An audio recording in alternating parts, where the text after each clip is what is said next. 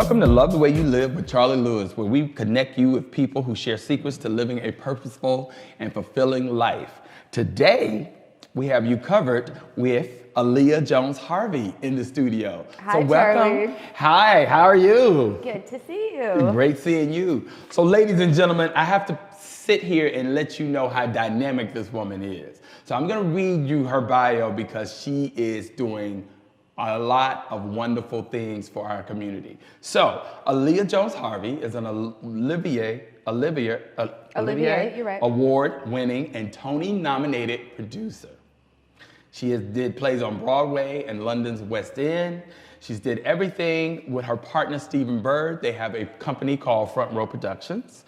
They're the only two African-American lead producers on Broadway. They featured everything from Tennessee Williams' Cat on a Hot Tin Roof, Streetcar Named Desire, which I loved, A Trip to Bountiful with Cicely Tyson, which was amazing, Romeo and Juliet, Eclipse with Napita, which was amazing, and also Paramore. Yeah. The first Cirque du Soleil musical on Broadway. So just to name some of the stuff that she's doing, but I know she's such a dynamo that I definitely wanted you guys to be familiar with her and all of her productions. So how did you get started with all of this? Well, about 12 years ago, Okay. A mentor of mine from business school, Stephen Bird, contacted me. When I was introduced to him, I had just moved to New York. I was transitioning from consumer products. I'd been working at Procter & Gamble for years and moved from Cincinnati to New York. Mm-hmm. So I was introduced to him as someone who could help me transition from consumer products into financial services. Okay. And he mentored me into the hedge fund industry. Mm-hmm. And I worked in the hedge fund industry for 5 years. Wow. But I have to say that, yeah. So I have to say that when we met, almost immediately, he started talking to me about an attempt to produce an all-black version of Cat on a Hot Tin Roof on Broadway in the 90s. Okay. And he had secured Lloyd Richards, who, of course, was the head of the drama department at Yale at the time. Mm-hmm. He was also directing all of August Wilson's canon at the time. So he had secured Lloyd Richards and James Earl Jones, and in that production he had secured Lawrence Fishburne and Angela Bassett to play Brick and Maggie. Wow, okay. So that production did not happen. Verizon commercials, took James Earl Jones away, and Lloyd Richards was very busy with directing August Wilson's work, and so it just didn't come together. Okay. So in 2006, Stephen called me and said that he'd met an actress at a party and talked to her about what she would be interested in doing on Broadway. Okay. And she said Tennessee Williams, and it clicked for him that it was time to try to do it again. Okay. So he called me and said, would you consider partnering with me to mount this production on Broadway? Mm-hmm. No clue how to do that. Right. And I was like, of course, yes. I'll do it. I'll do it. Like, this sounds exciting. Right.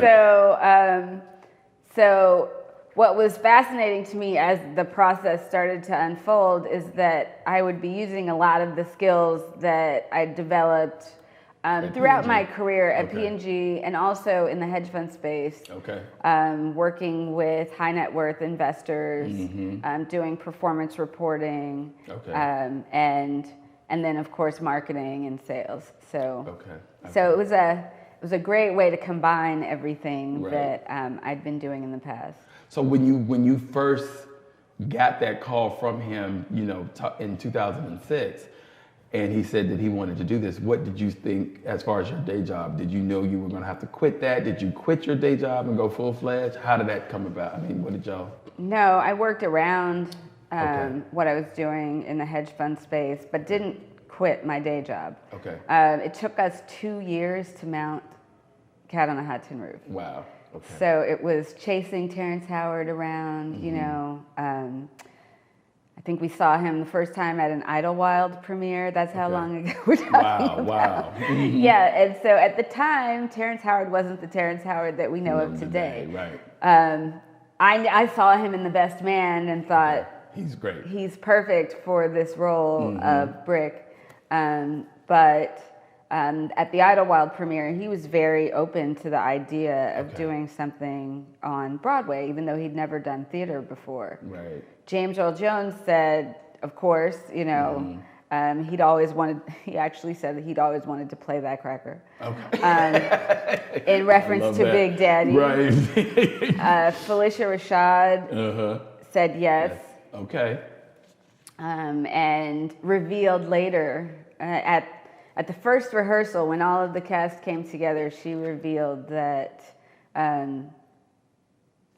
she'd always done Cat on a Hot Tin Roof. Actually, when she was at Howard University, she studied the classic works, but never thought that she'd be able to perform it professionally. Wow. So at that point, you know, it started to become more clear to me how impactful what we were doing at the time was. Because it was the first time that a classic was being revived with an African-American cast on Broadway. Wow. How did you get credibility, being that you guys were new and y'all were in this new space? How did people receive you? Did they trust you in the beginning? I mean, how was that? How was that, you know?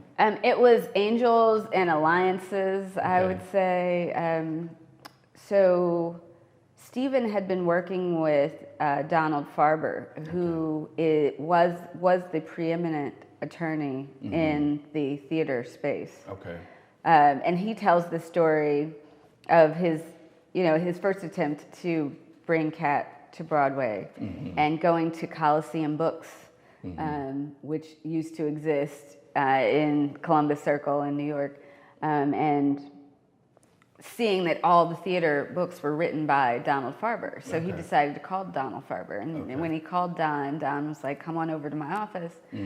And so fast forward 10 years later, that was our first meeting. Our first meeting was at Don's office, and I met Don. Don walked us through the process. So he introduced us to our general manager, who was our second angel, Nina Lannon. Who at the time was the president of the Broadway League. She walked us into the Schubert organization to meet Gerald Schoenfeld at the time, to secure a theater. You know, so all of the steps had these people working behind the scenes who were mentoring and helping us through that process. Did you always have an affinity for arts and culture? Yes, and never thought that I would be able to work in the arts. And why is that? Just because you were conditioned to go to work corporate America? Yeah, well, you know, I thought the music industry kind of collapsed. Right. I never thought Hollywood, just because I wanted to stay on the East Coast. I wanted to stay near my family. And I remember theater producers coming to speak to my class in business school. Because I took a lot of entertainment classes. I took the economics of the entertainment industry and marketing of the entertainment industry. But these producers would come in, generally white male producers, and I did not connect with them at all. I just saw them as people who had money, had circles of people with money, and I didn't see a road into producing.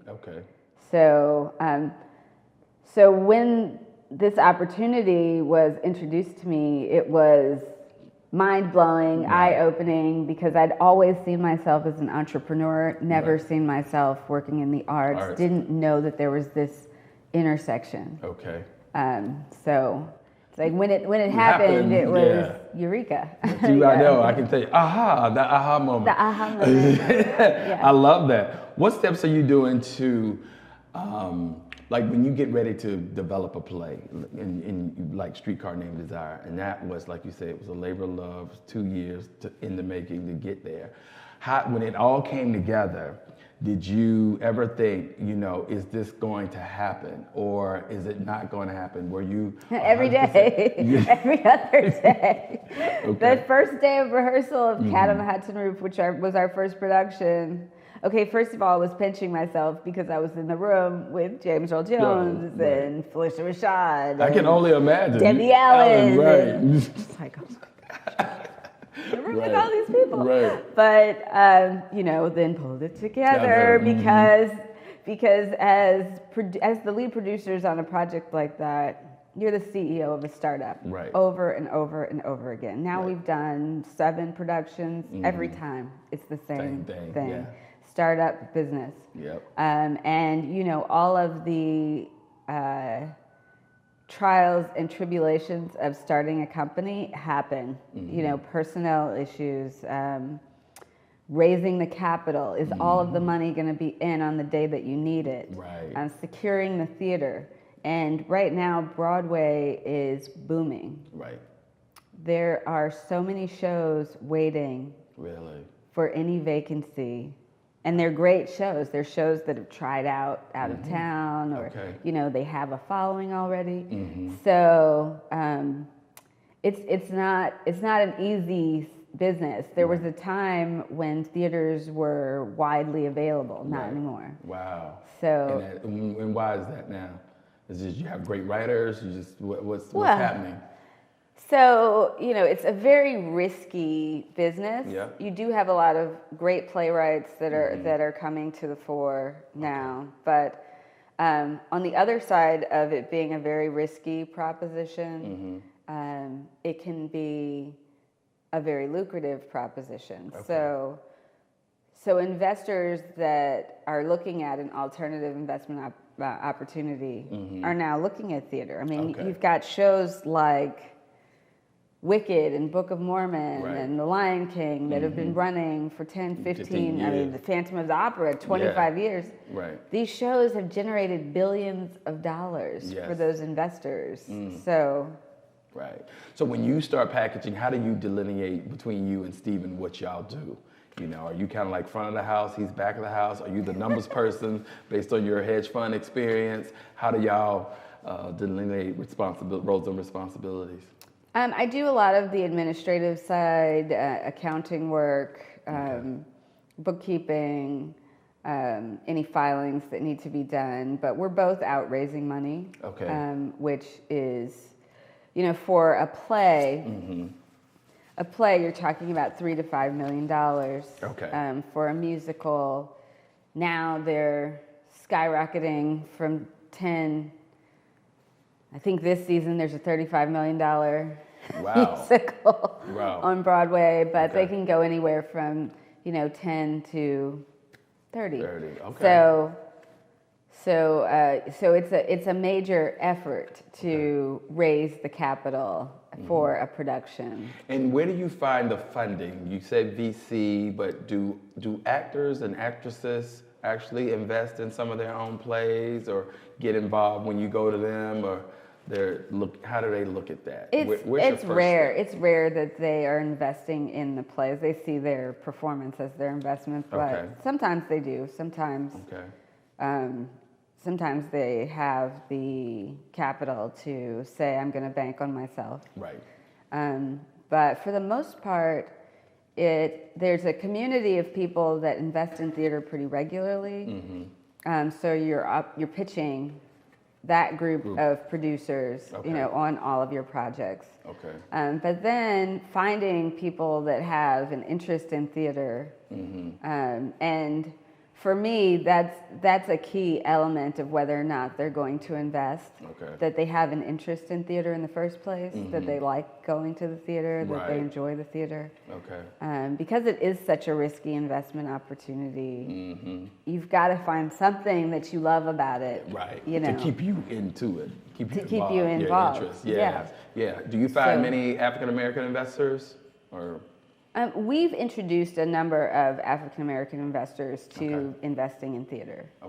And a part of our mandate when we started Front Row Productions was diversifying on stage. And as we moved into the theater and we saw that there was an opportunity backstage to diversify. Okay. And then there was an opportunity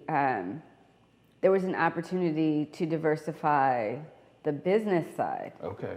To diversify advertising. There's still a huge opportunity to diversify on the advertising, marketing, sales front, accounting. There are 2 or 3 firms that do everything. Okay. I mean, they do the accounting for every show. They do the general management for every show.